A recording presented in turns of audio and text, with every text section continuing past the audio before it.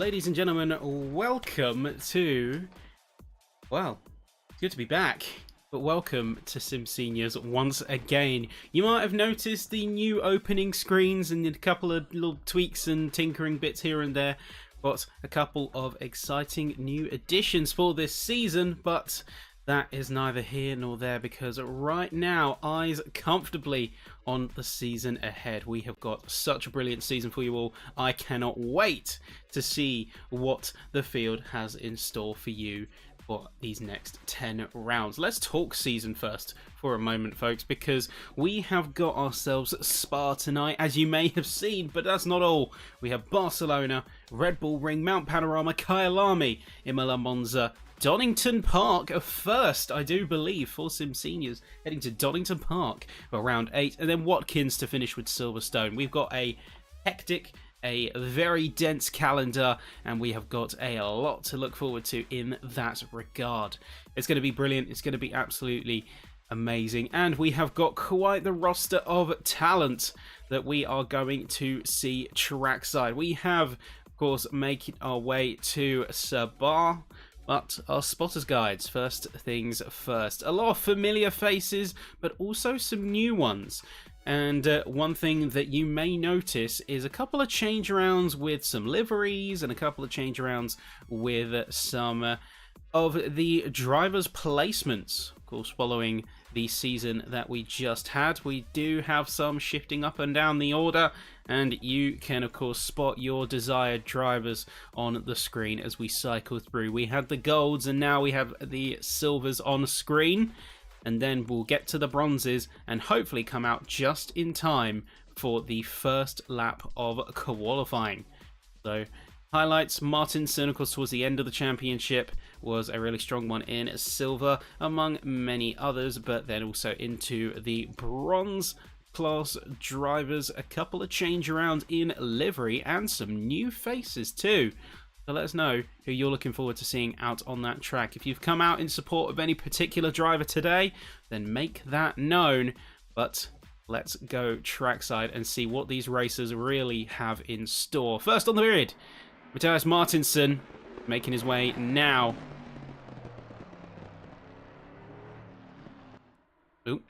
Oh, apologies there, folks. Not sure why. We're having a couple of FPS issues here at the start of the season.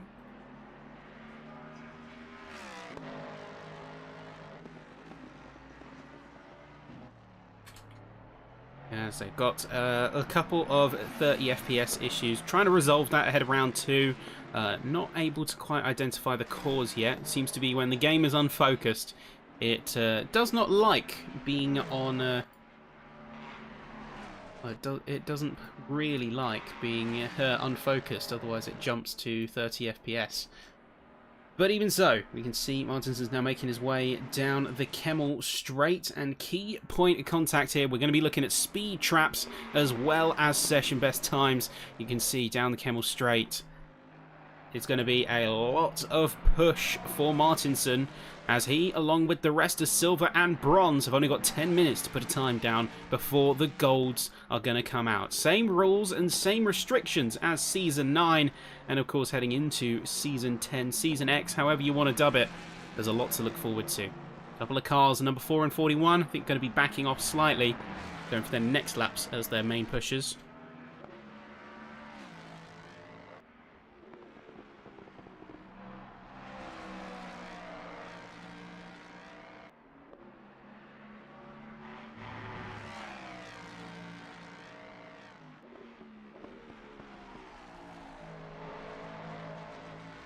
But smoothly making his way through. Nicely executed around Puon, and then coming through the end of Sector 2 to start off Sector 3. Head his way now. A little bit of skating on the rear axle as he now goes through those back straights. Going to, of course, be coming into Blanchimont. How much will he lift, if at all? He's in the Mustang, so car very well known for its speed. But they are coming up to Blanchimont. You can see keeps the foot firmly pinned.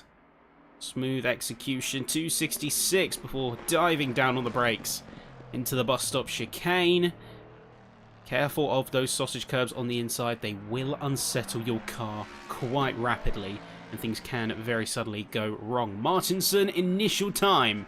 It's going to be a 2:19. What's the rest of the field got in store? Craig Morrison coming up to the line, up to the field, and in a sea of cars in the 2:13. Glenn Parkinson with a 2:20.5. A couple of other cars now making their way across the line. Alex North, 2:21. Martinson, 2:20.2. Oh, let's say Morrison, sorry, as Robert Homer gets the new fastest just behind, 2:18.965. Iro in the third position. Once again returning in is classic black and red colours. And will be looking like one of the cars that has a lot to give heading into this season, as we have seen those flashes of brilliance in him throughout the championship prior. We do see that is Barry Finlay going off the side of the circuit, going a little bit too hot there, and just rolling his way through outside the bus stop chicane. He's going to have to go again one more time. Niesbet's going to get a 2:19.5. Seriously, Niesbet switching over to the Mercedes AMG for this season. Bit of a rarer sight. Randy Zimmer in the classic orange. Looking bright and beautiful in the 141 Ferrari here, as more cars are now going to be arcing their way through. 15 cars so far have set a time. We have 45 on track today, so unprecedented numbers here in the SimSeniors paddock. But there you go. There is going to be John Gabbert coming across the line now, and in style too. Very fiery livery and fiery time to match. It's a top 5.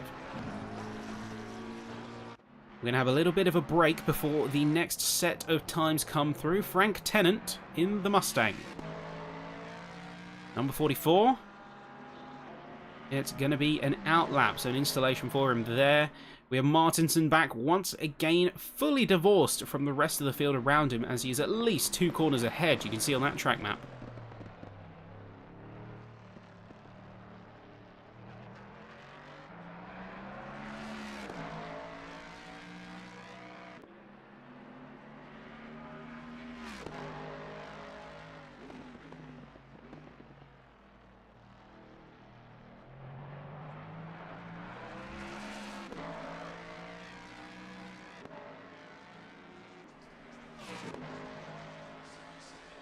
See Martinson going for another go. So 2:18.442 is on his docket, but I think he knows that he has more on the table, as he's already gone purple out of Eau Rouge and Radion down the Kemmel Straight. Although, saying that, looks like we have Robert Homer, who has made a massive jump in time through La Source chicane, or not chicane, through the Source hairpin, and will be tailgating off of, I believe that is Morrison once again. Hot on the heels, not to be outdone. Homer is on the tail of Morrison, trying to get a slipstream, but Martinson once again in the purple. He's back on it as he makes his way out and through No Name, heading into Pouon. It could be a little bit sketchy on the exit. He's lost a tiny bit of time here on his Delta, but he's still looking fierce, still looking sharp. Homer, let's see how he gets on down through over 100 meters of elevation here at Spa. So drivers are having to deal with a lot of camber changes, a lot of elevation change, and that is going to be playing havoc with their muscle memory as well as their suspension geometry. Homer still looking on good form though. Randy Zimmer not long came through and put a 2:18.460 on the boards, pipping out Homer by 0.03 of a second. He's not going to let that one go unpunished. Unfortunately, Martinson just going too hot on the outside of Sector 3. He's going to invalidate his lap, so he's most likely going to be heading into the pits with this one, unless he decides to go for one more run before the 10-minute time slot has elapsed. Homer still hot to the heels of Morrison, and that is to his detriment. As you can see, his Delta is shattering. He's lost a lot of time in the end of Sector 2. Randy Zimmer, though, is making quite the push here, along with Chris Wilson, who's just coming up to the line now. Not too far behind Martinson, who is going out for one more lap. He knows that this is his last chance before the major swap. And we will see here, Chris Wilson going to go fastest, 2:18.0. What a showing from the Aston. What an opener to his season. 30 seconds on the docket now, so it's time to see if anyone else has anything left in the tank. Peter Smith going to be roughly on equal with his previous time. Slight improvement as he comes out of the bus stop chicane. Is it enough for position? He's going to leapfrog Gabbett and Olsen to get into P12. Meanwhile, Radoslav Visharek now looking very bright and sharp in his Ferrari fresh livery for this season. And I gotta say, looking good. Looking very nice indeed. There's all the liveries on the track. Really do spice up the competition, make it something a lot more visually interesting. Visharek does have a chance here to get into the top 5. Just needs to get faster than Murray, which is about half a tenth. But majority of the field heading into the pits now as you see the deluge of cars down the Kemmel Straight. Visharek up to the line. He is going to get that top 5 and it is going to be a sufficient run here. Christian Sullivan in the Porsche. Got a very nice deep chrome blue on that 992 spec.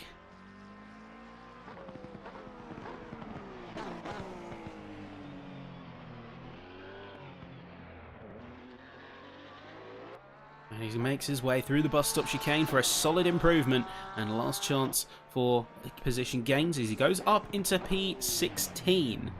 So nicely done from there. However, the situation has changed. Frank Tennant along with Martinson are going to be the last ones on the field to push and give time. Wilson going into the pits now. Martinson not too far behind, but it's the time to see what the gold class drivers have in store. Lenatus, famous for two things, being a quali demon at times and getting first out on the track. He's certainly living up to the latter part of his moniker. Let's see if he does the former here in this new season. He's first out at the Golds. You see, trying to get as much tyre temp as he can into that R8 ahead of his first full core lap, leaving the pit stop at 10 minutes on the dot. Not afraid to really push those boundaries.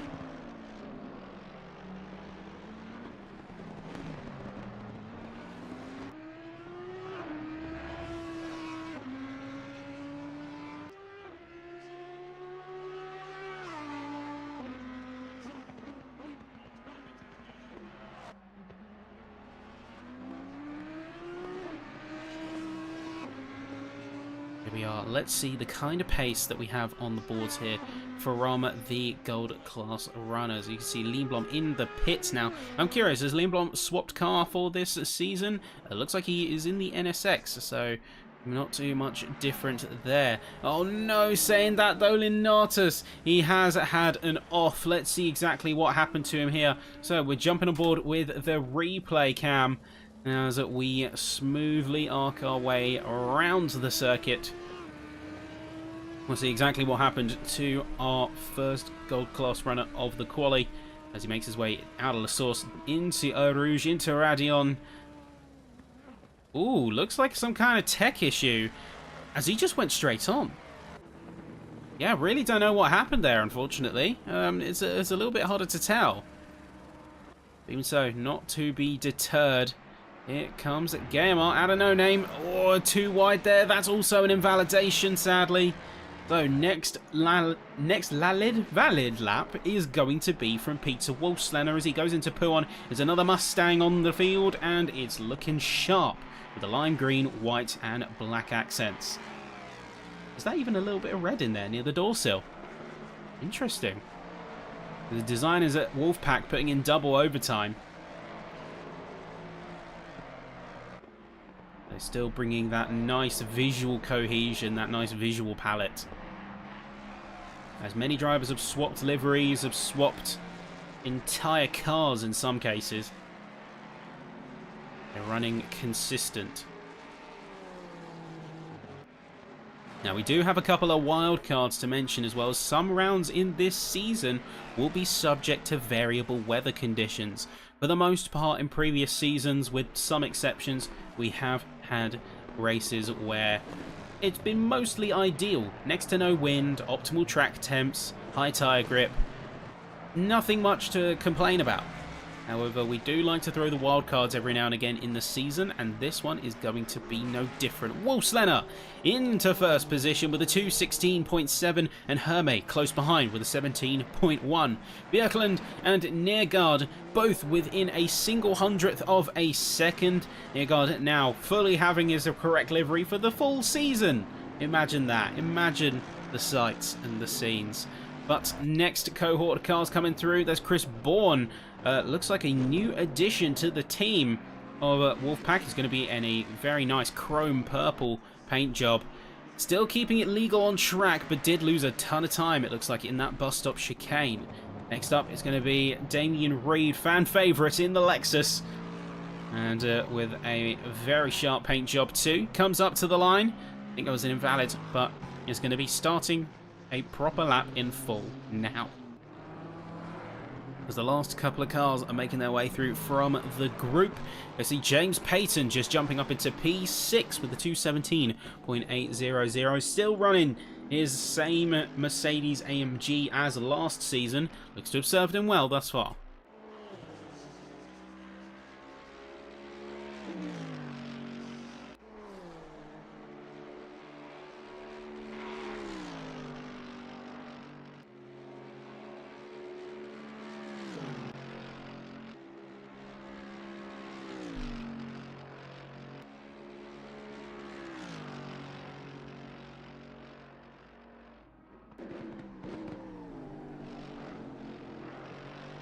Here we go, final 5 minutes. Let's jump to the top order. As we have got ourselves a new run coming in from Peter Wolfslenner. And will be looking like a solid time here. Although he's teetering on the edge of the deltas, he's slightly down heading into Blanchimont.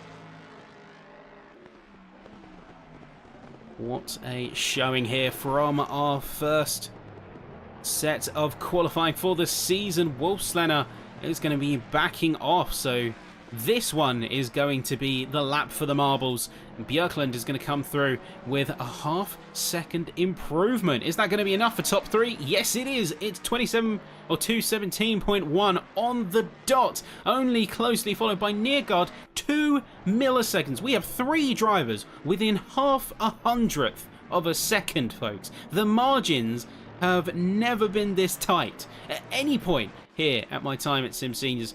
But here we are, continue to surprise. And in further surprises and change-ups, Justin Cutler, new car for this season, is switching out into the AMG. That looks to be a particular favourite with this one. A lot of drivers have swapped out into the Mercedes outfit.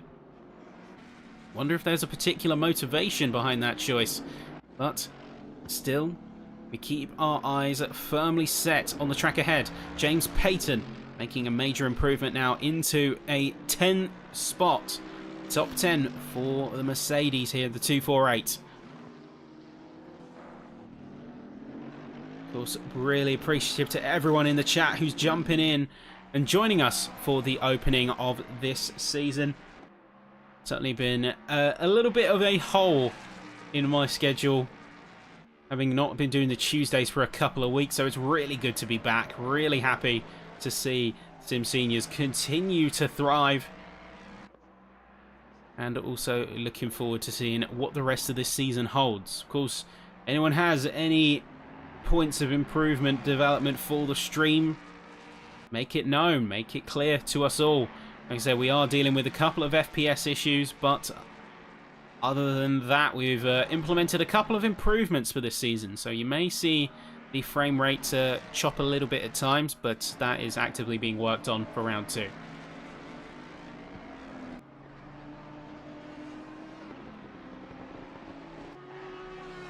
So time to see who has what it takes to really put those last times on the board. Guillemot is going to be leading with a 2:16.1 from his last lap, but is not going to be turning this lap into anything super special. Meanwhile, Lindblom, only 1 lap on the board, so he's done the least amount of runs alongside Linatus, who invalidated earlier on with his major crash. Lindblom is keeping it light on the quali runs. And I wonder if he's going to be potentially trying to challenge himself this season in the face of 2 straight season dominations. Remember, the kind of showings he had in Season 8 and Season 9 demand some kind of response, and maybe he's self-imposing to an extent. But let's see what happens as he makes his way into the bus stop chicane. Last chances for many as the final 10 seconds of qualifying are about to tick over. They've only got really one more chance here, with the exception of these two just crossing the line. Lindblom barely crossing the line in time and a half-tenth faster than Guillemard. He is going to squeeze pole position with literally 1 second to go. I believe in terms of BOP, they are following standard LFM BOP, so whatever changes they have had to their balance of performance for this new season, which I have taken a bit of a break from in order to focus on other affairs and getting my personal life a little bit in order, that will be reflected here. So it looks like the Mercedes is a little bit of a buff this season, whereas maybe others have received a slight nerf. We do have Pedro Serrano in a very nice purple BMW making his way around the course. But we have got other drivers closer to the line. Let's see what they have. Björklund, Neergaard, both coming in very hot, as well as the number 196 car of Wolfslenner. But doesn't look like he's making an improvement. At the very least, he's going equals.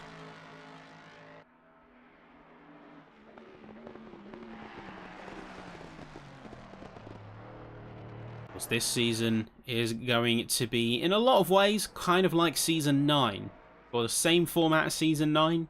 That one was the experiment, if you will, and this season we are putting it fully into practice with a couple of refinements to the rule set just to make sure that things run as smoothly as possible. Neergaard, with a solid improvement, gets himself into P4 onto that second row start. The last runs of the session are underway and the drivers are about to bring it home. No improvements across the board from most of the field. Lenatus, I know, was hunting for one, but unfortunately his luck has run out here in this first round of qualifying, and we are on board now with Chris Bourne, who sends it up right to the top with a 217.0. That's enough for the third row, and with that, another set of cars making their way to the line. Pedro Serrano invalidated. Damien Reed coming up to the line. Minor improvement to P17, as well as others coming through. Lindblom is just going to cross that line, and with that, session is done.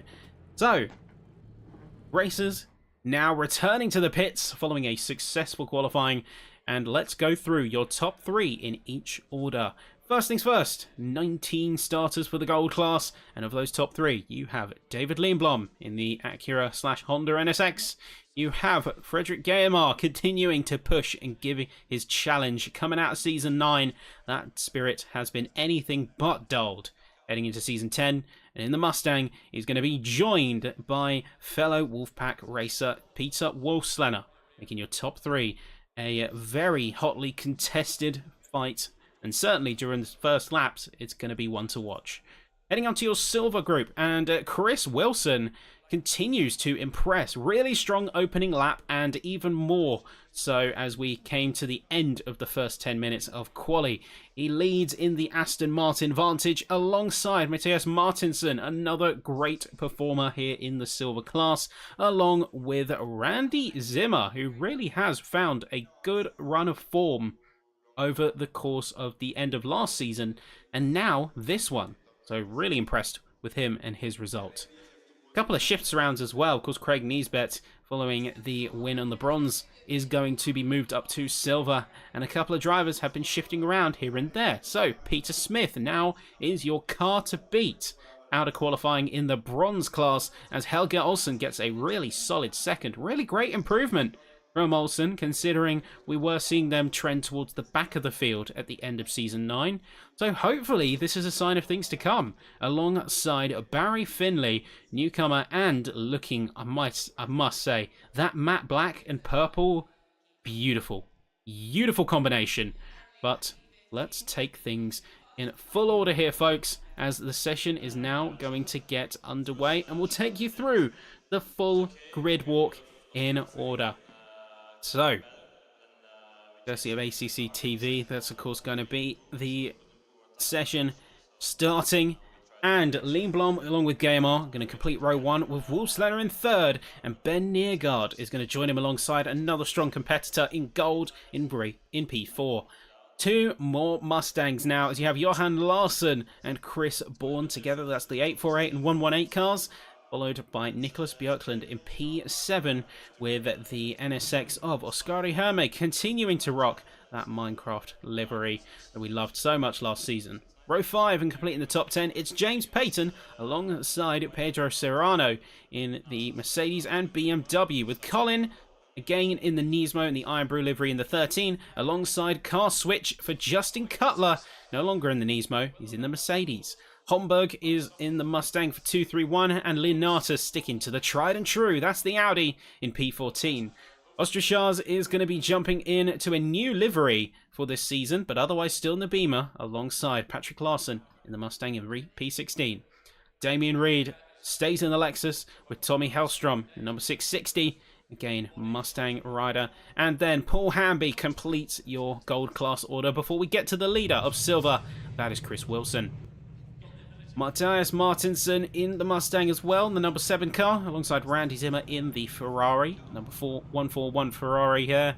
Robert Homer, a little bit of a costume change, but otherwise still rocking the Porsche, alongside Radislav Visharek, now looking very bright with the red and yellow.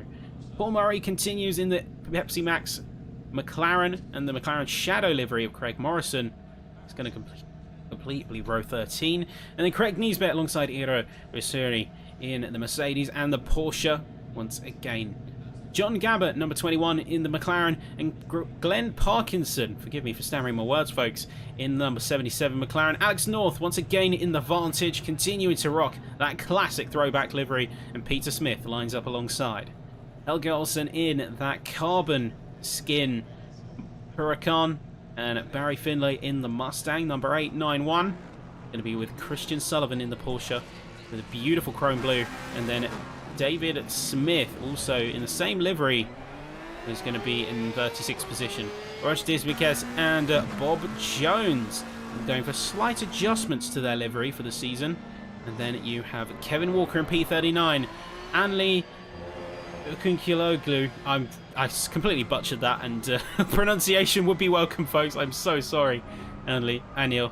I completely even read the first name wrong. Richard Colom, Frank Tennant, Johnny Bodin. Oh, Bodin looking very bright in his livery there.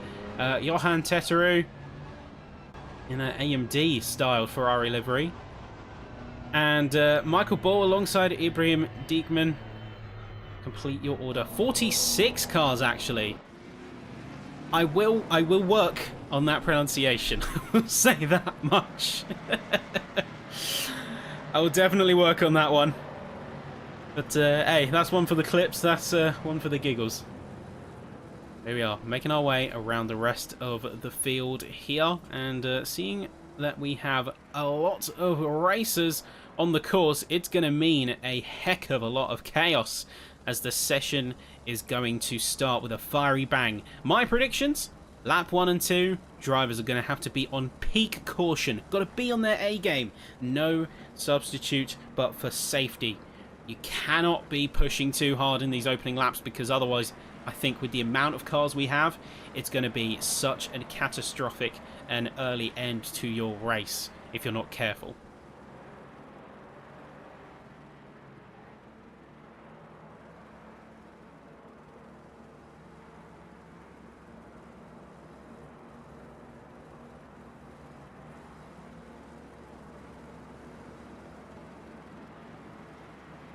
Once again, massive thanks to everyone to join us here in the chat, join us trackside as well, and of course all the team that works hard behind the scenes to put this whole thing together. A lot of work goes into it, and so massive thanks to everyone who's continued to join us, whether you're a veteran from seasons past or you're just joining us for the first time here in Season 10. It's going to be a wild ride through the next 10 rounds. And one thing I can assure you folks is that you're going to have to keep your eyes peeled. This start is going to be pandemonium. Once the drivers start to spread out, that's when we'll start getting more consistent battles, but we're going to really have to keep our eyes peeled on this opener.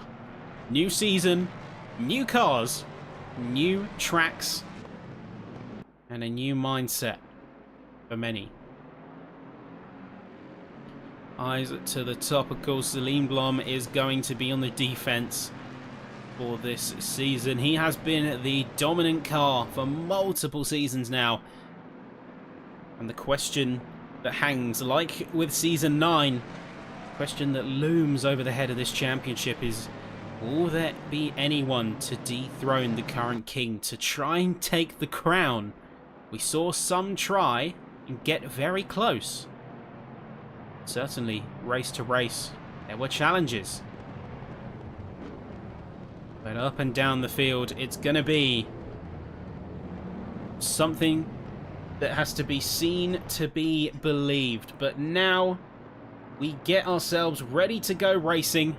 And out the gate, the green flag is about to drop. We're about to go hot with Season 10 as we make our way through and around. It's going to be down after the Source Hairpin that we get our green flag.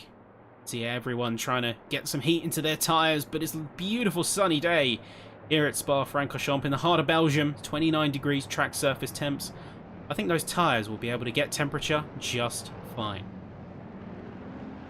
The balance is then going to be making sure your tyre temps are consistent across all corners of your car.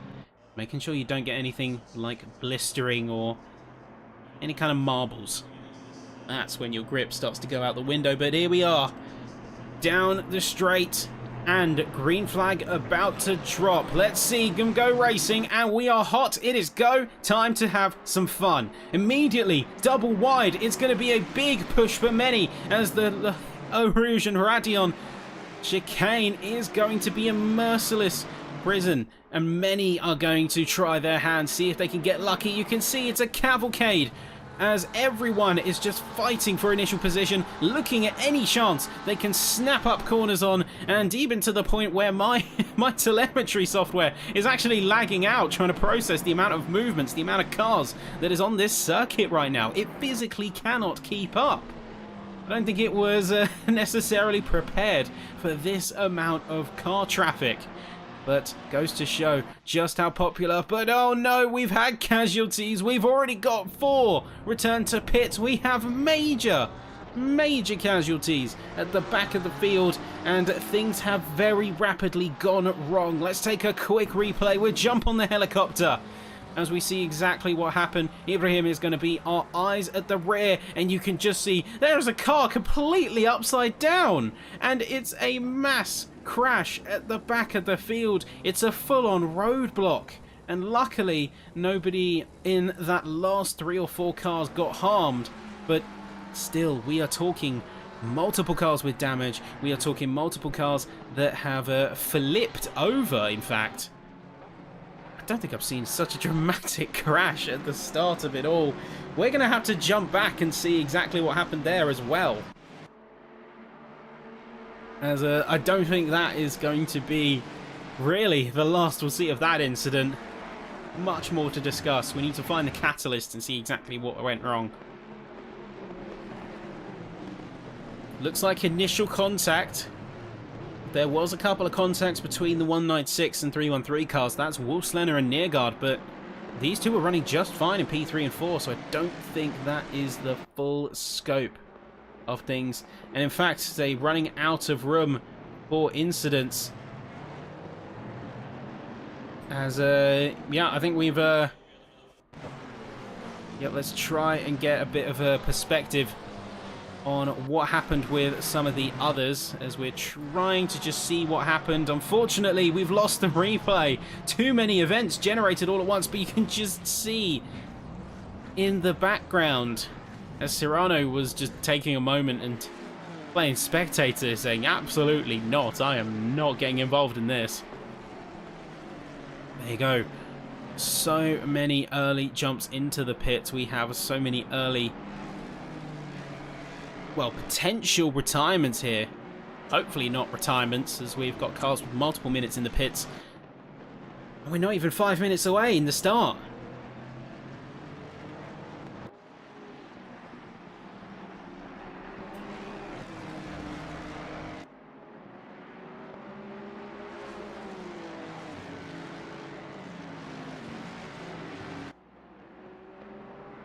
Jeez, what an opening what an opening lap, folks. I don't even know where to find the words. I was completely stammering and kind of shocked. But regardless, the rest of the field has been able to navigate the chaos just fine enough. And particularly in the mid-pack, this has been a beacon of opportunity. I mean, I look to the likes of Chris Wilson. He's currently leading for the Silvers still, and even has managed to gain a bit of position in the form of Paul Hamby, bifurcating the two silver runners. Zimmer is going to be in his back line, but he's not going to be able to get through. And we know that Hamby, on his day, is capable of immense pace. Admittedly, I think the Lamborghini wasn't serving him too well in Season 9, so it's understandable he switched to something different.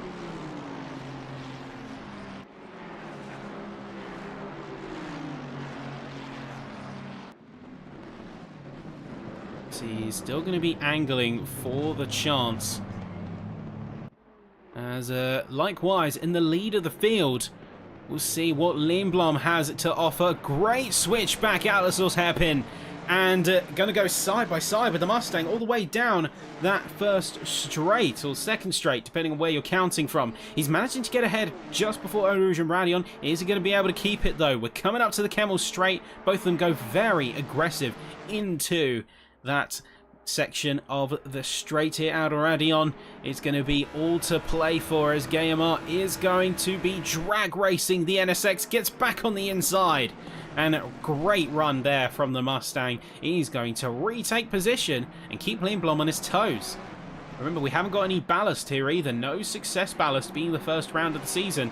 So this will be, of course, on even keel. Everyone as equal on performance as you can possibly get, because after this, you will start getting ballast supplied. You will start to get the situation changing for many, as their characteristics of the car will change.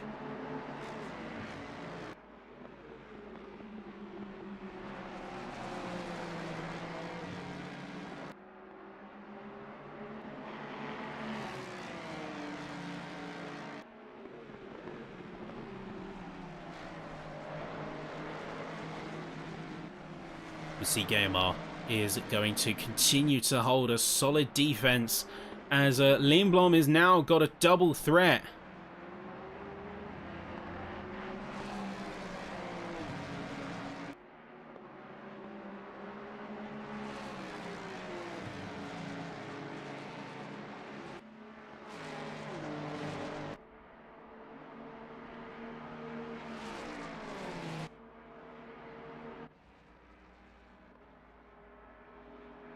I'm curious to see how Lindblom's going to respond to this, as Wolfslener is going to continue to be a pressurizing force. Eyes on these top three. Lindblom is going to try and close a bit of the gap here, as he did get a really good run out of the bus stop chicane. Wolfslener kind of getting left a little bit out to dry, but a lot of the field now has spaced out much further down. And many of the field have got a second lease of life, as particularly towards the back, many of the pitters. We do have, of course, 9 pit stop from the back of the field. In fact, no, my correction is 11 cars that have pit stopped. Crazy to see one of the cars actually flipped over fully.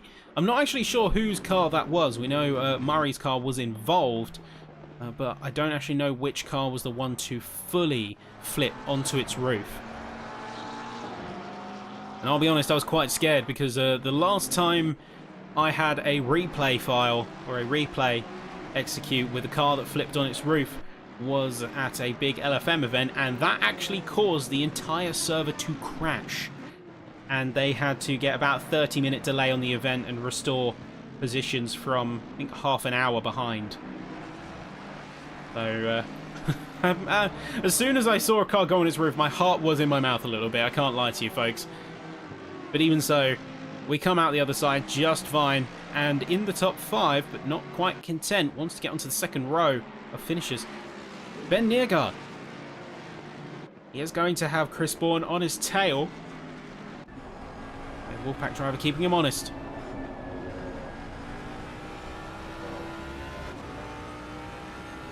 Yeah, I believe that there was a patch or some kind of fix. So either way, it didn't work this time, or it did work this time, and there was no server crash. But yeah, that was certainly an interesting one, and that was an interesting day over at the LFM paddock. So thankfully, no chaos here just yet. Bourne hot to the heels of Neergaard, heading into the bus stop chicane now, and looking at a chance for an attack. But you can see, much as the front are doing, Leonblom gets alongside Guillemot at the bus stop chicane. He really seems to love this two set of corners. This seems to be his particular strong point in the NSX, and covers off the apex to prevent any kind of counter from Guillemot, just placing his NSX perfectly. Well placed on his car there. Gotta say, smart move.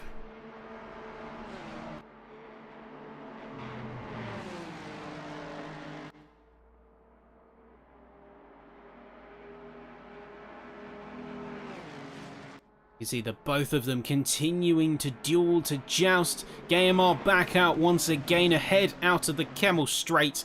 And I think that we're going to see this pendulum effect for multiple laps. The two are keeping each other at arm's length, almost using each other to push forward and get a clean break to the likes of Johan Larsson, who is now 4 seconds away, and under serious pressure from Neergaard in the Mercedes. We do have a couple of change-ups further down as well. Hellstrom being overtaken by Damien Reed at the back of the gold class field. As I'm sure there's going to be more challenges and changes in other classes too.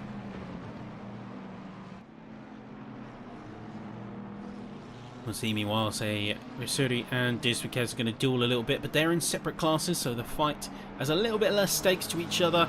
Of course, you want to be getting back with the rest of your field, but sometimes you can face a couple of roadblocks here and there.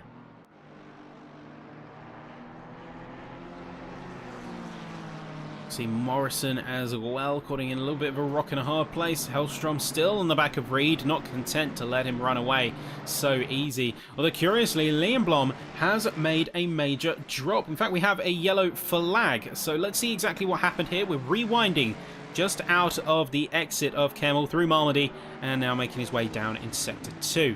Let's see exactly what happened there. So it looks like, oh, just a little bit of lift-off oversteer. In fact, makes contact with Peter Wolfslener.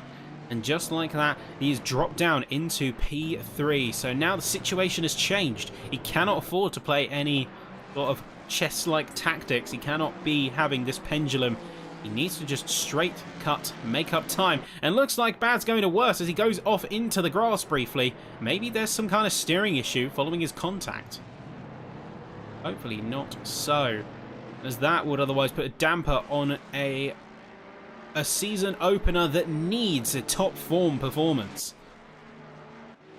Björklund getting overtaken by Oscari, another NSX pushing to make the most of this first opportunity to score points.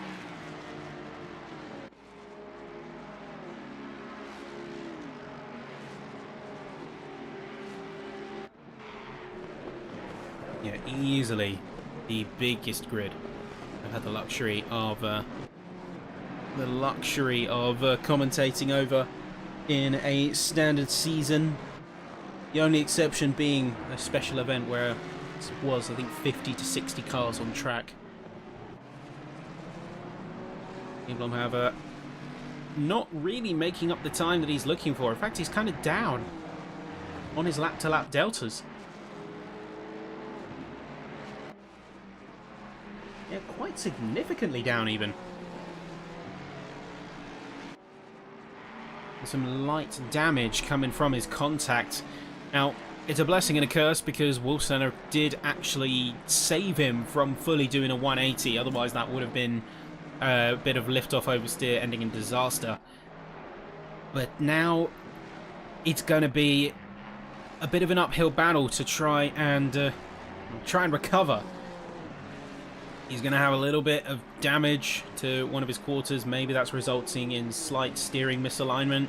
He's going to have also, depending on whether he held the brakes as intended or whether he pumped the accelerator, he might have either flat spotting or excess tyre temps to have to deal with. Both of which carry their own caveats and performance management issues, shall we say.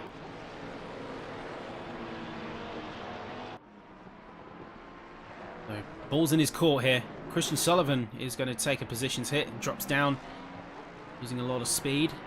Olsen is going to be seeing what challenges they can push on. Going side by side. In fact, a fight of three as Dismukes is getting involved.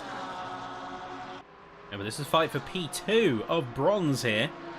So really has got a lot riding on the shoulders. A little bit of a wiggle and oh no! Snap oversteer. That is going to be Sullivan into the wall. Major impact into the tyre wall. That car is going to be very mad at him now. And you can see already understeering like crazy. He's going to waste no time in jumping into the pits. Tell you one driver who is on a recovery effort right now, Colin McNair. He's down in P30. He's got a lot of work to do. He's got over 30 seconds of time if he wants to be making it up into a position that he knows he can fit. Or a position befitting of his performance, shall we say. But I think just one of many getting caught in that initial lap 1 anarchy. Now working to resolve. Hero on the side of Kevin Walker. He's really pushing for it here on the Kemmel straight here. Side by side, say the Ferrari is going to hold the defensive. And a good balance through the corners from both of them.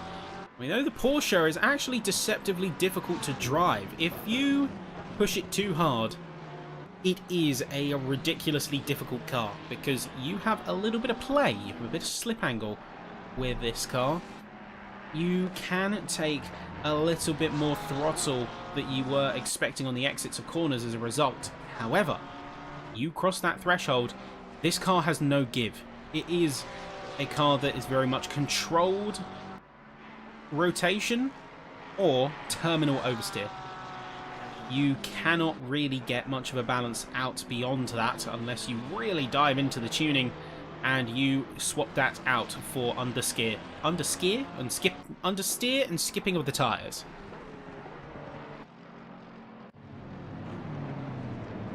Depending on your driving style, it can either be a dream or a nightmare to pilot.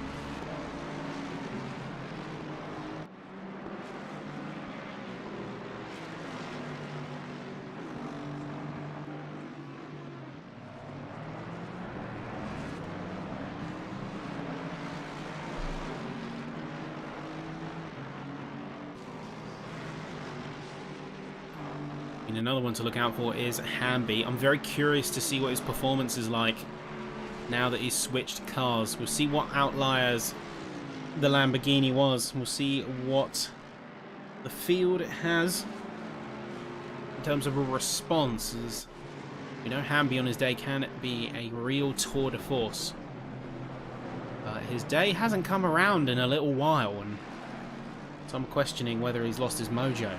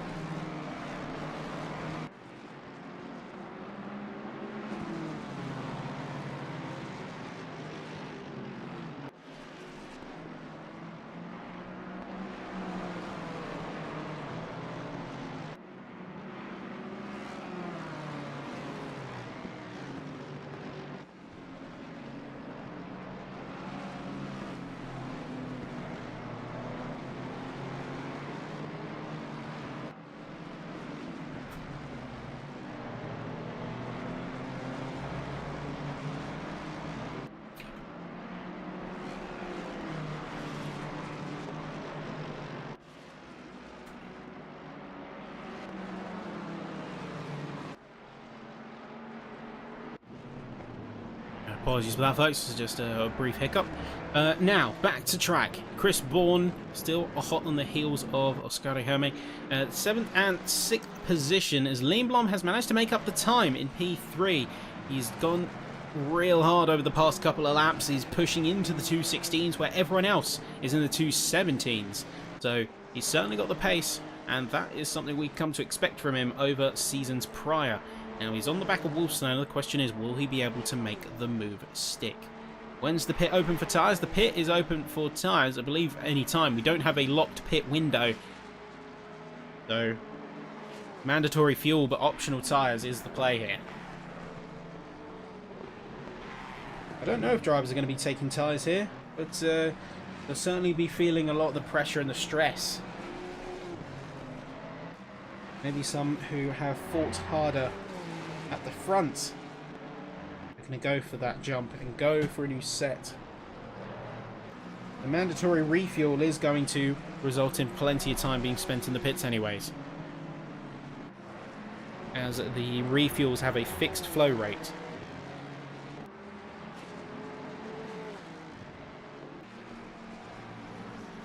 There we are, Lindblom trying his best to get a good angle through Pion.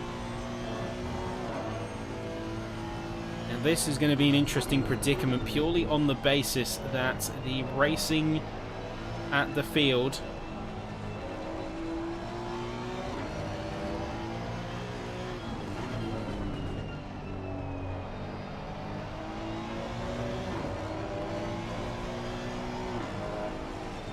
not going to get too sparse now. 3.4 seconds between Wolfsnare and Gaimar, so as rightly voiced, second and third do need to work together. They might want to fight. Maybe pride and egos on the line.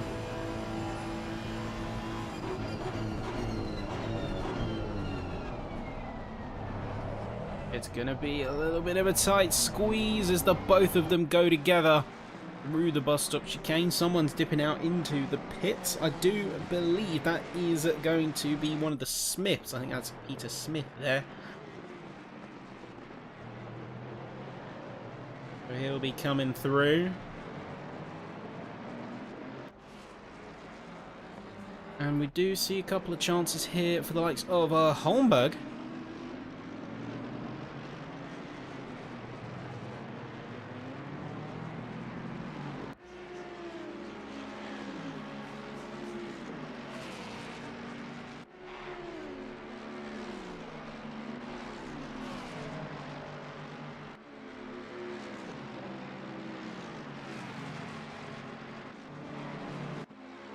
Strachars is going to be another one to watch out for here.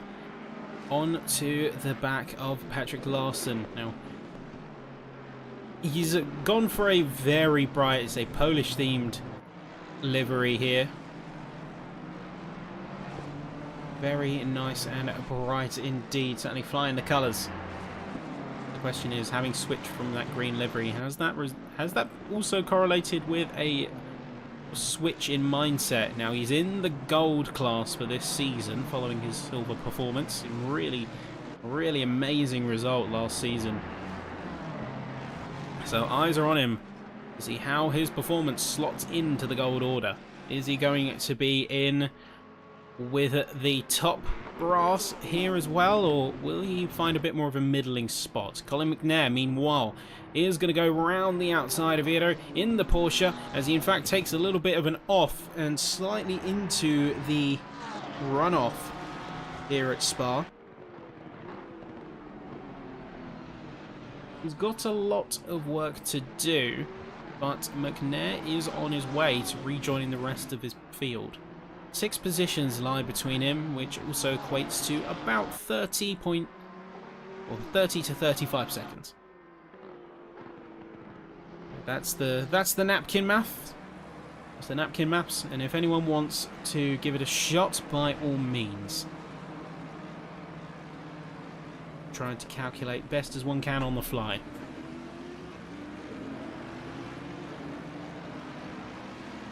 Probably more looking like 35 seconds, to be honest.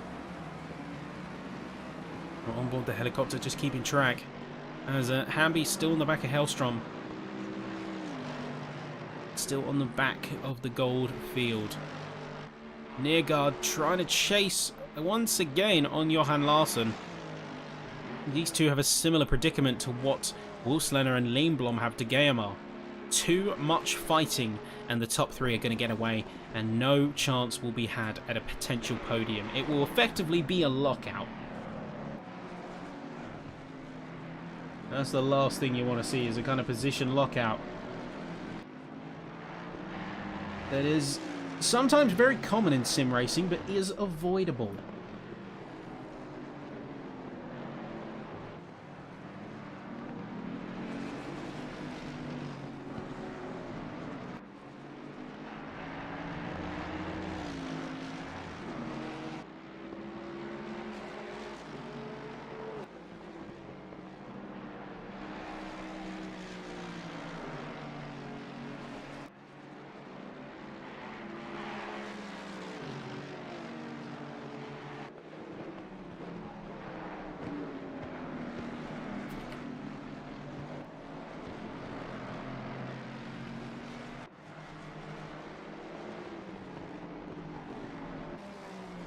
Just seeing how Neergaard balances this one. He's teetering on the edge of a second. It's not looking too hot for him. But eyes to front once more. Lindblom on the back of Wolfslener. The two have lost a second of time. So I don't know if Lindblom is playing the long game or if he's just focusing on locking in a P2. And then he'll do the rest of his own talking. As you can see, a deep run there for Wolfslener on the defense. Best exit that I've seen out of that corner so far from the NSX, but getting boxed out and resulting in contact between the two as Lindblom basically has to fight to rejoin the track into the apex of La Source hairpin, and looking like the NSX has P2 under his belt, but I wouldn't hold your breath because we've seen this tail multiple times before. Get a corner out of La Source that is near perfect, but then you lose the time out of Eau Rouge and Radion and into the Camel Straight. The slipstream reveals all. Both of them going slightly wide. Wolfslener invalidating to that effect, but he is going to still get ahead by the end of the Camel Straight, and that is, unfortunately, for Lindblom, that is where he's going to see himself back in P3. He's not going to be given an easy time, but in a way, I think he might relish the combat. There have been times where he has been marooned on his own in P1 and not really had much in the way of fighting on the course. So I think he's enjoying the challenge. I'd certainly hope so.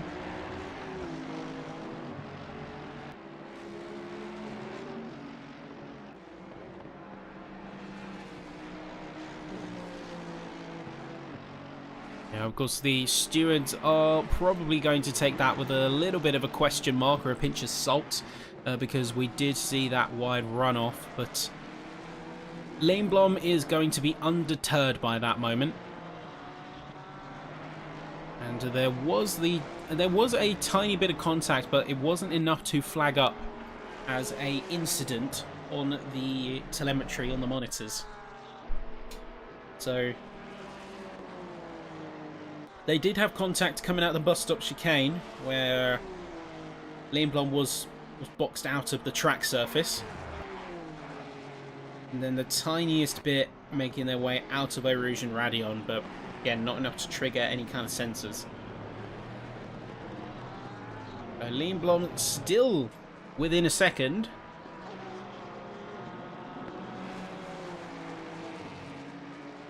And hot on the heels. Johan Larsson is going to head into the pit alongside Hermé and Björklund. So coming up to the halfway point, this is where we're going to see a lot more of the cars now pit in and start to execute on strategy.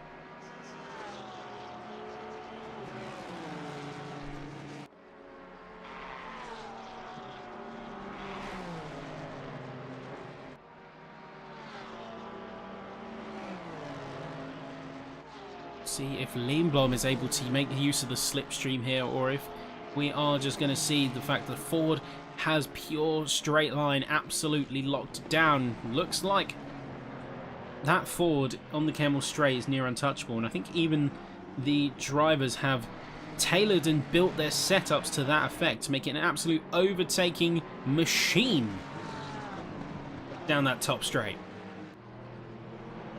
Absolute overtake weapon. But here we are, mass exodus into the pit lane. We have over 10 cars into the pit lane now. Larson, Herme, Björklund, Holmberg, Larson again, Patrick Larson, that being Zimmer, Vischerek, Parkinson, Gabbert, Walker. Diekman is coming out of the pits now in P32. Matthias Martinsen has been in the pit for an extended period of time, so that makes me a little bit concerned. But we are down to 45 cars, unfortunately, so we have lost a driver on the course of getting this first session, the first race of the season underway. Coming up to the halfway mark, eyes are still floating about for opportunities. As you can see at the front of the field, Guillemot, 7 seconds. This is a textbook breakaway. Guillemart's got the clean run, he's not had anyone to disturb him, and he's effectively gone into hot lapping mode. The perfect race. And it's all in his shoulders now to keep it together. He can practically just lift and coast, and in fact, here he goes. He's optimizing his pit timing on the dot, nearly 30 minutes. He's going to come in. Will the rest of the field do the same? Looks like Lindblom's going to stay out a little bit longer, try to overcut his rivals. As Guillemot, Wolfslener, Neergaard all into the pits. Chris Bourne is also going to stay out a little bit longer. Cutler, Payton, they're in too. Linata stays out.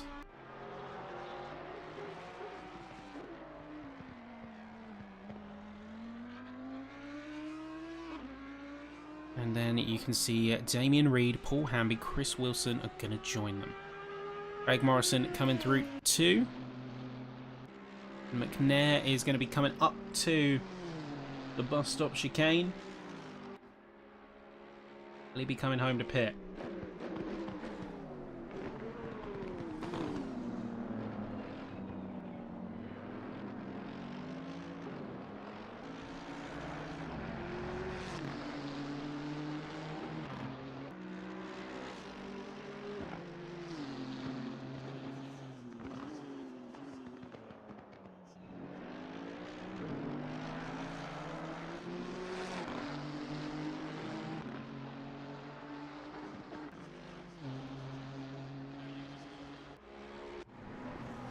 See a couple of change rounds. Ostrachaz was another one to stay out on course.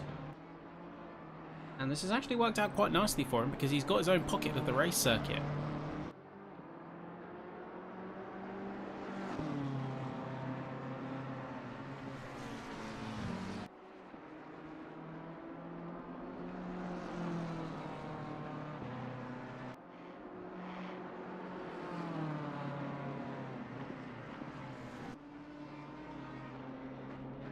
Just able to run fairly clean.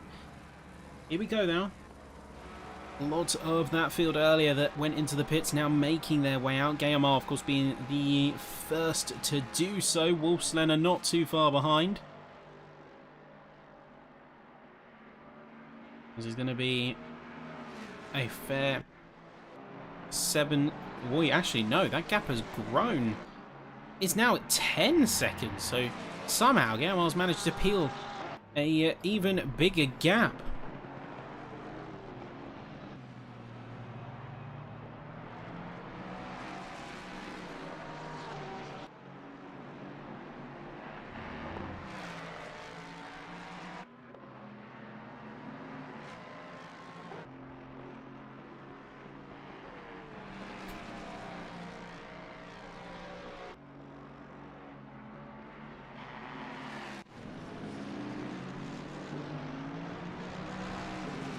You see Holmberg cruising through P16. We did lose Martinson, it looks like, as we are down to 44 cars. So yeah, that long pit stint turned into a retirement, sadly.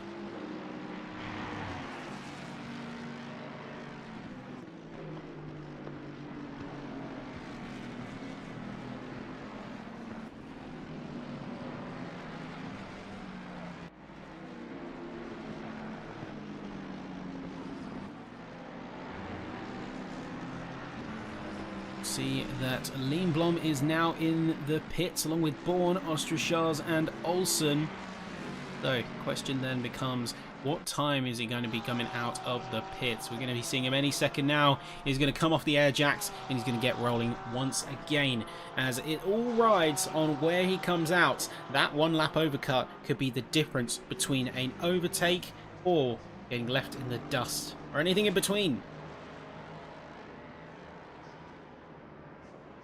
Let's see if that overcut's played out for him. See Wolf, Selena, KMR.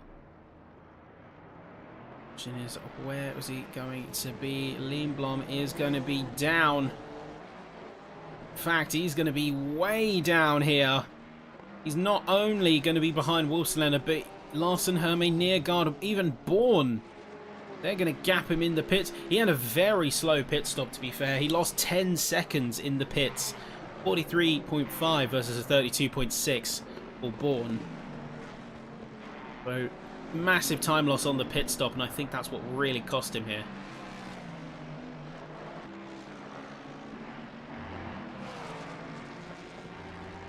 A bit of a shame, as now he's going to have to work even harder for the positions that he was fighting previously, and this is just going to give a blank check to GMR, now almost 10 seconds clear.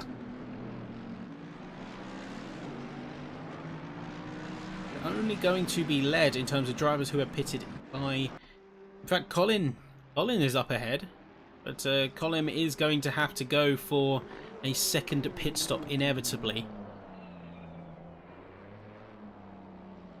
So Lindblom has repaired the car, no doubt. Remember, he did suffer from damage following that lift-off oversteer moment. That is going to mean that while he's down now, he is going to have a much easier time fighting and pushing forwards. Once he's up to temp, we might see him as good as gone. He's already got nearly 2 seconds on his last lap improvement. Let's see what times that he really has under the belt. He's got the fastest lap of the session with 2:16.782.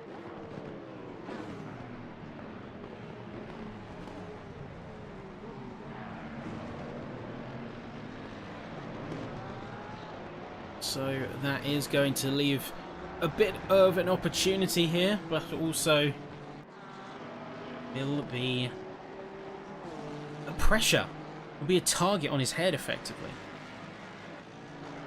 See, Lenatus is running head and shoulders ahead of the rest, but he has yet to pit alongside Roger Disbekes, and one of the few times that we've seen a red driver number in a podium position. Well, there's a first for everything. Disbekes is going to impress here. The question is, where's he going to come out? What kind of timings is he going to hit relative to the other bronzes? Lenatus leading the race. And staying out a little bit longer. He must be going for a very late pit strategy. That could suffice to serve him well. The splash and dash strategy has been used to good effect in previous seasons, although we didn't see it really at all in Season 9, and I think its efficacy as a strategy option has diminished as the seasons have gone by.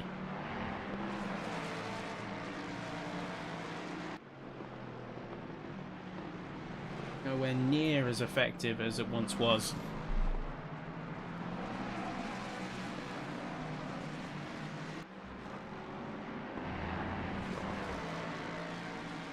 Hellstrom, is that an indicator? Was that an he's got his blinker on. It's a rarity to see that. Well, how courteous of you, Hellstrom. You want to overtake on the right side, do you? I'm sure Larsen is very appreciative of the indication. Well, we'll say a different kind of indication, as Disbekes is going to be heading into the pits following a yield to Gayamar to allow him to get by. Yes, fair point, but this isn't the Nordschleifer, but the etiquette is respected nonetheless. Although he is committing the cardinal sin of leaving his blinker on. So that might get him in trouble with the stewards. And might get him asked to leave Touristenfahren. Those open sessions are very strict. Unless you decide to take a rental BMW and absolutely bomb it round. But, you know, at that point, each to their own. If you do ever get a chance in your life, go to the Nordschleife. Take a rental car around that circuit. It is an experience that needs to be driven to be believed. That is all I will say on the matter. As I wouldn't want to spoil anything more. Apart from make sure it's not an automatic. Because driving around the Nordschleife in a slush box is a lot less enjoyable than if you had control over the gears.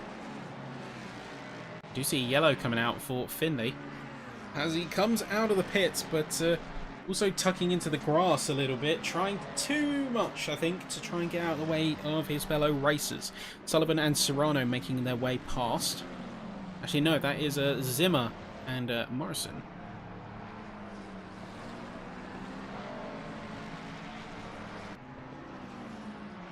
See a couple more pit stops, last couple ones, as Dismukes out of the pit lane now, one of the last to do so. It's only Linatus left, and McNair is now going in for his second pit stop, following his first very early pit to just re-stabilise the car, following the lap 1 incident.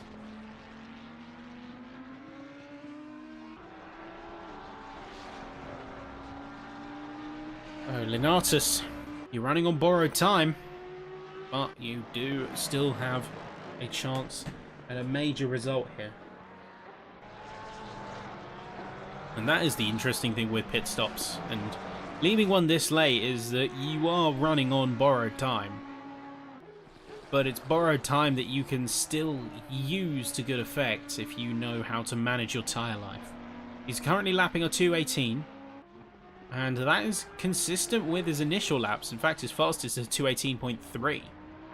So this isn't out of the realms of the ordinary, and looks like Linatus is all but controlling his car. Really getting absolutely everything he can out of it. Diaz say past Cutler, Björklund, McNair into the second pit. Chris Bourne is in the sights of the NSX as we head down the Kemmel Straight. Not going to be able to challenge the Ford supremacy on the straight lines, and in fact going a little bit too hot out through Malmedy. Trying to compensate. It's going to re-find his traction. Second down, but not out of options. 20 minutes left to go in this opening race, and tensions are high across the field as a lot of points and the opening bragging rights do ride on this session. We'll see a backstage combat scenario as we have just ahead. This is going to be Johnny Bodin onto the back of the number 44 car, and I believe that is that's Tennant. I'll say that's Tennant. Yes, that is Frank Tennant right there, who is significantly down but still pushing forward. I think one of the ones that were affected by the lap 1 chaos. The point where local yellows are coming out for slow speeds. Using to be deterred though.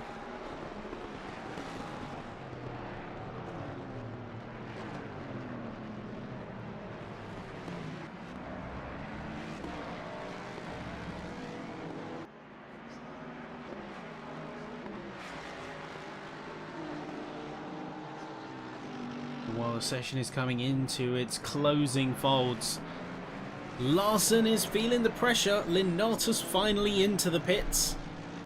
Although, where's he going to come out?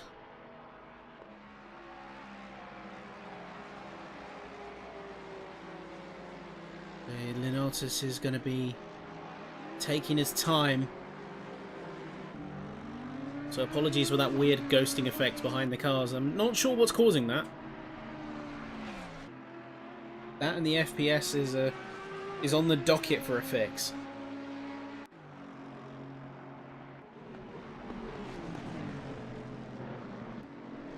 You'll see a Lindblom on the back of Chris Bourne, challenging as hard as he can.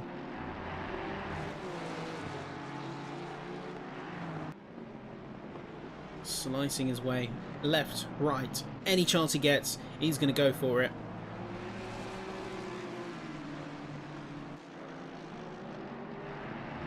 Championship owner at stake. Although a slightly lower result could help in the longer run by the fact that his main rivals would have success ballast.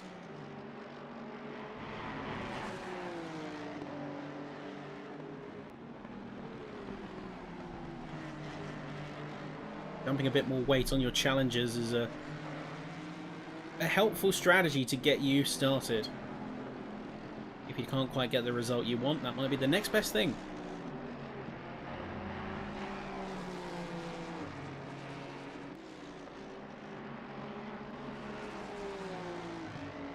Yeah, there is unreal ghosting going on right now. And, see, results may vary when trying to fix it. It's to do with either the motion blur or the ambient occlusion. It remains to be seen what can be done to try and fix it.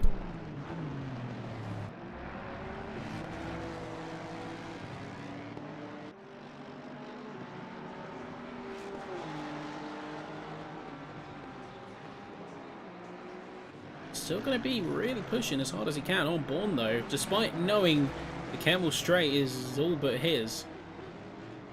Really want to try and set up some kind of overtake out of No Name and into Puon.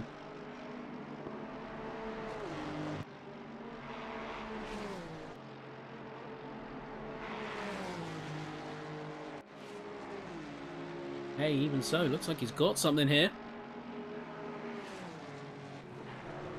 He's tucking in right to the slipstream. He's going to swing to the left and see what he's got. Minor tap on the rear quarter there, or at least it looked like it for a second, as Lindblom gets squirrely out on the exit of Marmady.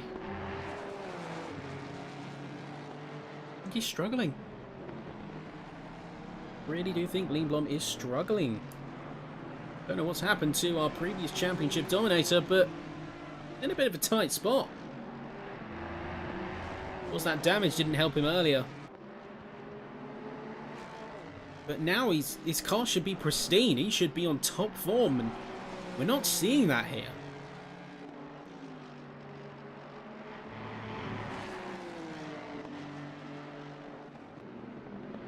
Really aren't seeing that here, at least not yet.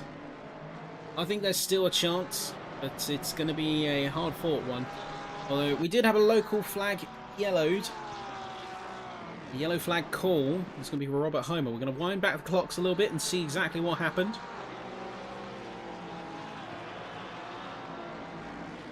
Ooh, just going straight on.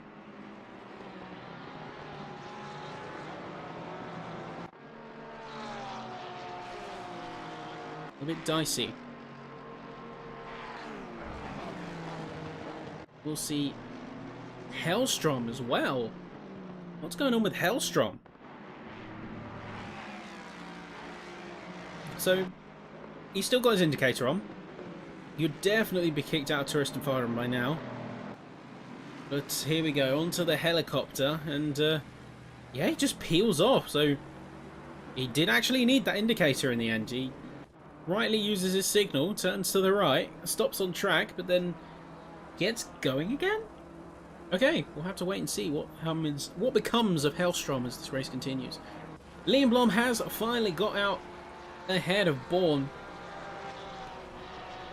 Both making their way out of the source and then Erosion Radion.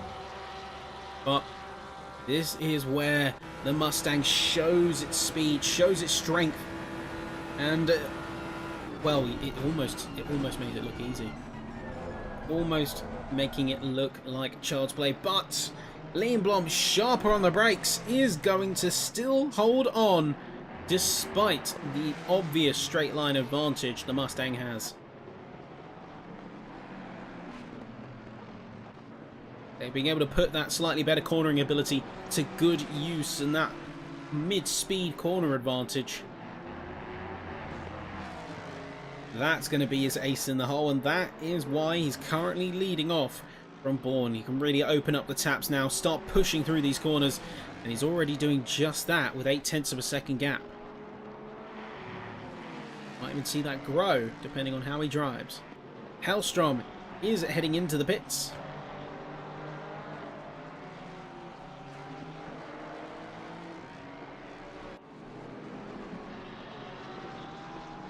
Hopefully the last driver to do so, as everyone has taken their mandatory pit stop at this stage. Makes me wonder if something is wrong with his car. About 10 minutes left on the clock. That's going to be about 5 more laps.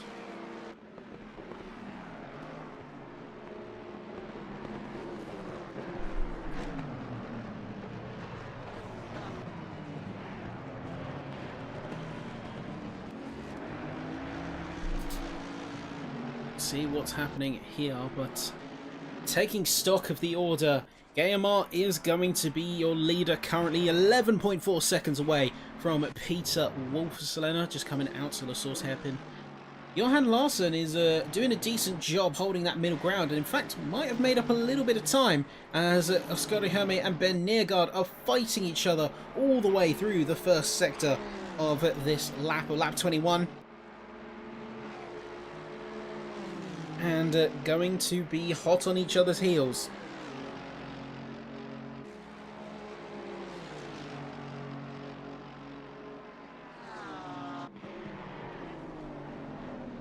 Neergaard, of course, known for being a solid fighter when it comes to wheel. We have seen times where he's not afraid to really push the boat, but still shows that good amount of restraint. Good balance of attack and defense here.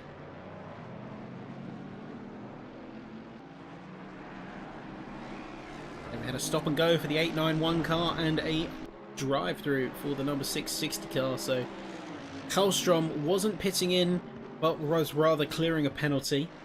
And then stop and go, that was for Barry Finlay. So he's going to be relegated down to P36 overall.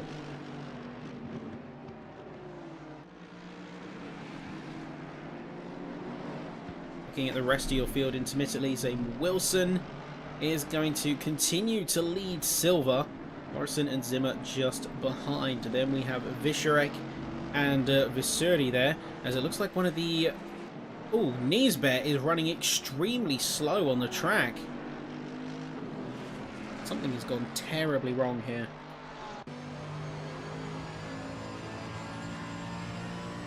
Yeah, looks like he's limited on throttle input. Either that or fuel. Something has gone very wrong here. Looks like there may be some kind of mechanical fault at play.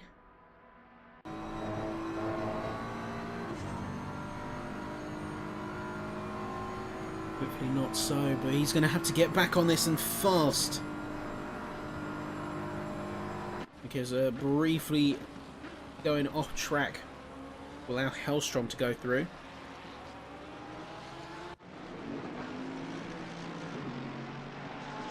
Oh, looks like another indicator. Niesbet is going to be indicating to the left. So if anyone is trying to go for an overtake, know that the left is off limits.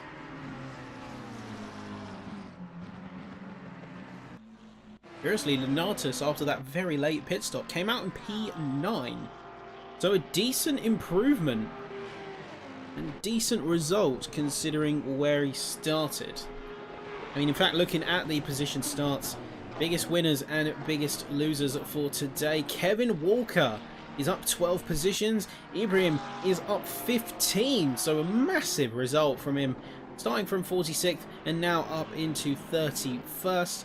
39 to 27 for Kevin Walker, and then 37 to 26 for Roger Dismiquet. Meanwhile, we do have some substantial drops.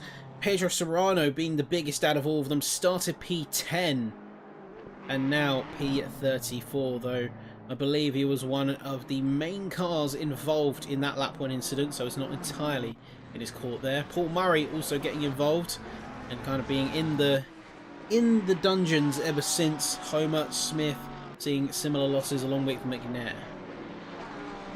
And nobody, with the exception of Sullivan and Aniel, have kept equal positions since the start. But with 6 minutes to go, which equates to about 3 more laps, as the leader is now just starting to cross the line. Lap 23. 3 more laps is going to be, well, a last shot. The gamer, I think, made a slight contact there with the number 808 car. Bob Jones yielding as he allows the Mustang to go. Trishels and Hamby running very close to one another. Trishels is going to go for it alongside Hamby. And both of them are on proving grounds. Hamby with a new car, Ostrachels with the new class. Both of them continue to go side by side. I think Hamby trying to hope for a blockade with the Mustang up ahead. But Ostrachels just getting the better speed out on the exit, getting a slightly better run out of La Source hairpin. Into Eau Rouge now. It's going to be the BMW that takes centre stage. Peaks out just ahead of the Mercedes. Up through Radion, and a well-executed move at that. Meanwhile, we'll say Hermé, Neergaard, all together with Johan Larsson. The trio, they're all on notice. As Larsson is on the defence, Hermé's stuck in the middle, and Neergaard brings up the rear.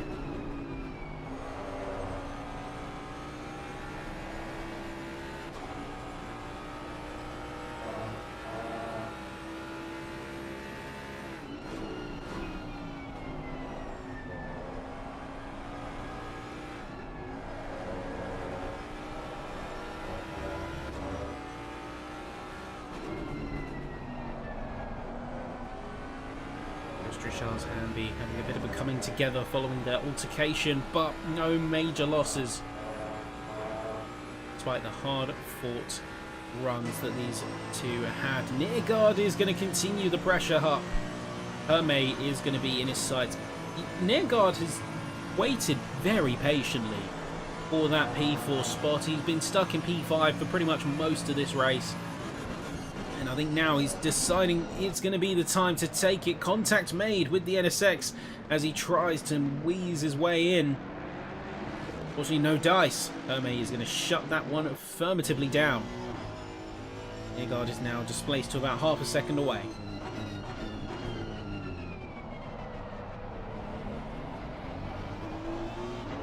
See John Gabbett on the back of Glenn Parkinson as well. Drive-through once again. That is going to be for the 891 car. That's Barry Finley. It's another drive-through penalty being administered. Never good news when you see something like that.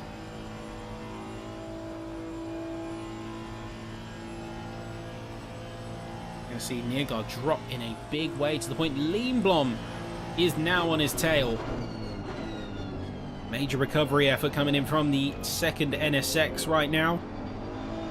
Is it going to be enough to get back into the top 5, or is this an opener to forget?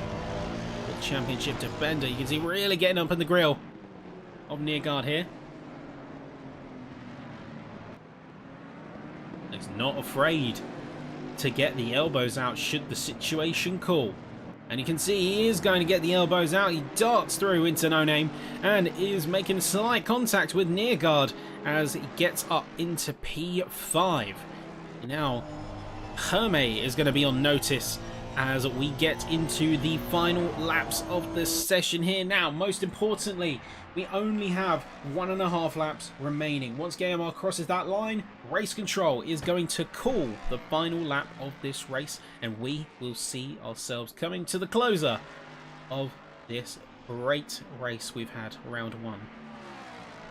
Said folks, this is only the start to Barcelona's next week alongside Red Bull Ring Panorama, aka Bathurst and Kyalami in your first half of the season.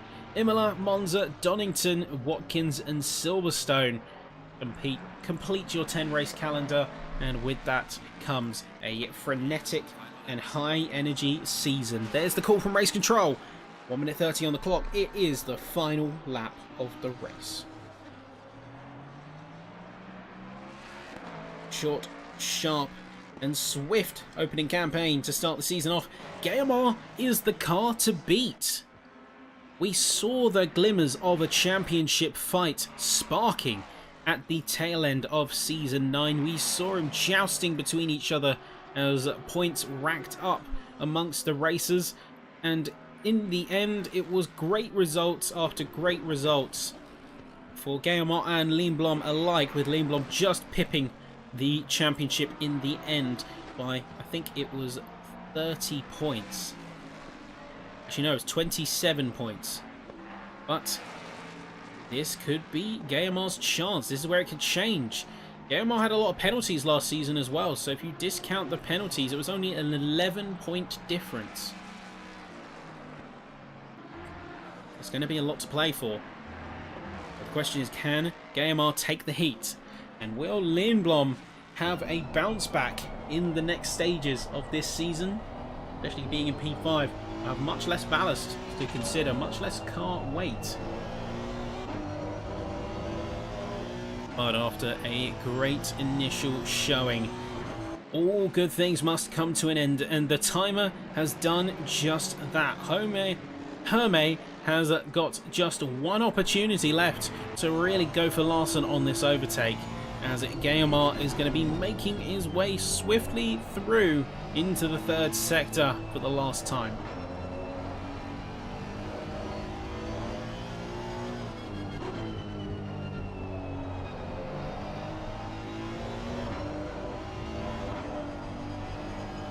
We'll see Lindblom doing much of the same on the chase of the NSX, but is going to be coming into the bus stop chicane. What an opening round, what an initial statement coming in from GMR. He comes through the bus stop chicane and he comes to win the first round of SIMseniors Season 10. What a showing, and what a bar to climb for the rest of the field and the rest of the season. Is going to be Lindblom as well chasing, but no dice. Unfortunately, he is going to be relegated into 5th place as Wolfsler holds 2nd, and Johan Larsson, a great result. It's a Wolfpack lockout in gold as the session comes to a close for our top brass drivers. Neergaard in 6th, Bourne in 7th, and the rest of the field now coming through. Checking in on our silvers, we have Wilson coming up to the line and has been an absolute masterclass. He dominated qualifying. He's continued to hold his own in the race. Over 14 seconds cleared as Alex North breathes down his neck in the background. You can see he retains, although he is going to be in silver, has certainly shown his stuff as a solid and competent driver. Though Wilson is going to be our win for the silver class, alongside Craig Morrison just coming across the line, and Randy Zimmer in a very close 3rd place. Looking a little bit further adrift as well, in an interesting turn of events, we saw him leading, but Roger Dismukes just able to sneak a lap in towards the end. But coming up to the 3rd sector now, he is going to be very closely followed by Kevin Walker. Now this is for the win of the bronzes, so is Walker going to have a trick up his sleeve, or is it going to be a closed, open and shut case? See, bringing it right to the line, cooking it absolute full flames. See, Dismukes take it through Blanchimont nice and smooth. It's a wide run for Walker.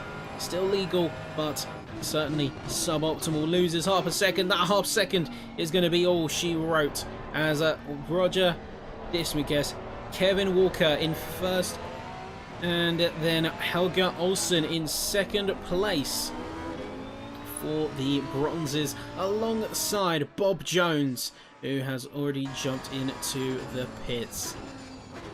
What a race! Only Colomb coming across the line, and then our session is done. Here we are coming up, and that is it, folks. There we are. Unfortunately, we did say goodbye to quite a few drivers this season opener. We did say goodbye to Martinson. We said goodbye to Smith, Tennant, as well as Murray and Bull, finishing 41st and 42nd as a result. But really, great performance by all. Now, this is where we're going to wrap things up for today, folks. Of course, if you enjoyed the broadcast, let us know what you thought. And do continue to support by subscribing to the YouTube channel, finding us on Facebook group, as well as eventually the Discord if you want to get involved yourselves. And if you've enjoyed this stream, give it a little bit of a thumbs up. It means we're doing something right. Let us know if you want anything changed or improved. But beyond that, folks, it's where I say goodbye and treat you to our new end screen. So good to be back, folks. What a season opener this has been, and we'll see you again very soon. Join us next week as we head to the beautiful racetracks of the season, and specifically to Barcelona. Goodbye for now.